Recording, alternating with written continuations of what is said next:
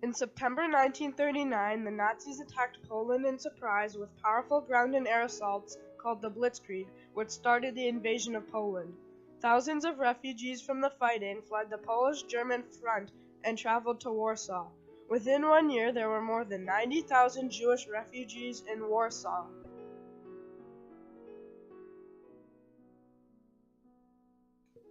German occupation forces had set up ghettos throughout Eastern Europe to corral and segregate the Jews. The largest one in Poland was the Warsaw Ghetto. At first, life seemed fairly normal in the Warsaw Ghetto. But then the Germans set about segregating and degrading the Jews. They ordered them into forced labor and blocked Jews from accessing their bank accounts. All Jewish businesses were told they had to display a Jewish star on their doors and windows. Jews older than 10 were also ordered to wear a white armband that identified them as Jews. Soon, Jews were told they could no longer use public transportation, and in 1940, German officials banned the Jews from holding religious services. The Nazis did not stop there, and even began controlling the amount of food that was brought into the ghetto for the Jewish population. With severe overcrowding and lack of food, thousands of Jews died each month from hunger, cold, and infectious diseases.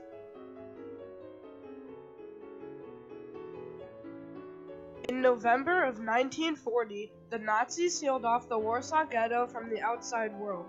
They forced the Jews to build the walls that surrounded the ghetto. The walls were about 9 feet high and had barbed wire on top to prevent escapes.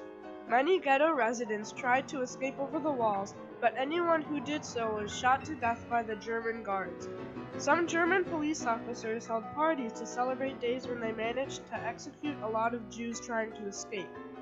As the Nazis took their freedom, they also pushed the hundreds of thousands of Jews into smaller and smaller physical space. Then they set about doing everything they could to dehumanize them. The Nazis moved the borders of the ghetto further in to reduce its physical area to just 1.3 square miles. The Jews were forced to live with an average of about 7 people to a room. The Jews became increasingly demoralized and physically worn down by poverty, insanitary conditions, epidemics, infections, mass hunger, and lack of medical care. The residents often had no choice but to step over dead bodies often left in the streets.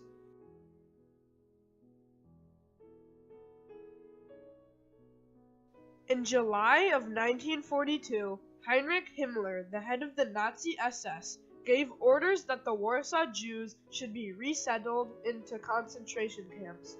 The Jews were told that they were being taken by trains to camps to work for the Germans. They were told that living conditions would be better and there would be plenty of food.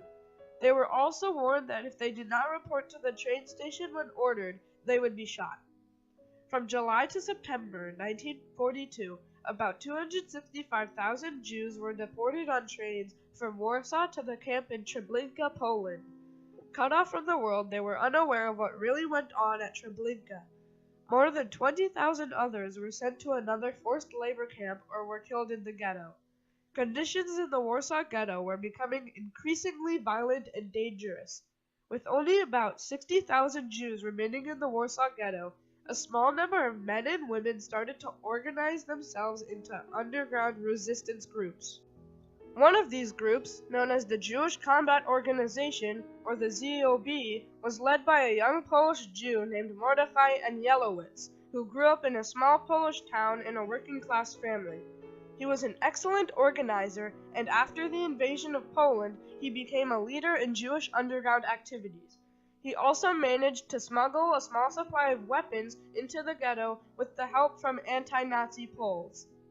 Another group in the resistance movement, the Jewish Military Union, or the ZZW, was created in 1939, right after the invasion of Poland.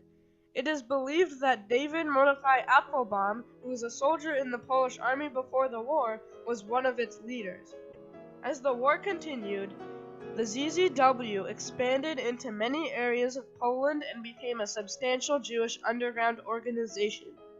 When the mass deportations of ghetto Jews to Treblinka first began, members of the Jewish resistance movement got together to decide what to do.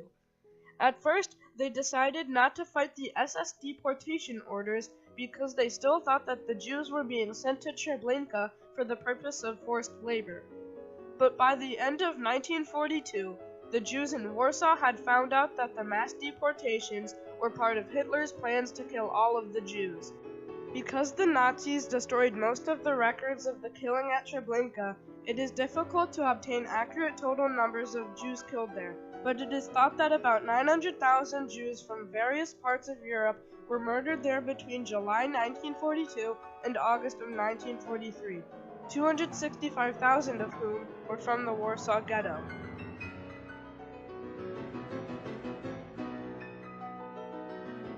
On January 18, 1943, when the Nazis entered the ghetto to organize Jews to be transferred to a camp, a group of ZOB fighters suddenly ambushed them. The battle lasted for several days and then the Germans withdrew. After that, the Nazis decided to stop the deportations from the ghetto for the next few months. But then, in April, Heinrich Himmler ordered a new, more brutal officer, Commander Jürgen Stroop, to take over control of the ghetto. On April 19th, on the eve of the Jewish holiday Passover, the Germans marched into the ghetto. Commander Stroop had decided to launch an intensive military operation to deport the remaining Jews in Warsaw to their deaths within just 3 days. Himmler sent in SS forces with tanks and heavy artillery to completely destroy the Warsaw ghetto. The remaining Jews now understood that the Germans planned to kill them all. The leaders of the underground resistance made a decision. No matter what, we will stand and fight to the end. As the Nazi forces tried to deport the remaining Jews, they were ambushed by Jewish fighters, firing pistols and tossing Molotov cocktails and hand grenades from alleyways, sewers, and windows. For almost a month, the several hundred resistance fighters, armed with a small supply of weapons, managed to fight off the Germans, who were a much stronger force because they had many more soldiers and more and better weapons. The Jews were badly weakened through hunger and illness. They had some real weapons, but some were homemade and often functioned poorly. The ghetto defense groups refused to surrender, so Commander Stroop ordered the burning down of the entire ghetto, block by block. The Nazis used flamethrowers and fire bottles to set the ghetto ablaze, and blew up basements, sewers, and underground bunkers where Jews were hiding. The entire sky of Warsaw was red, completely red. But the flames were so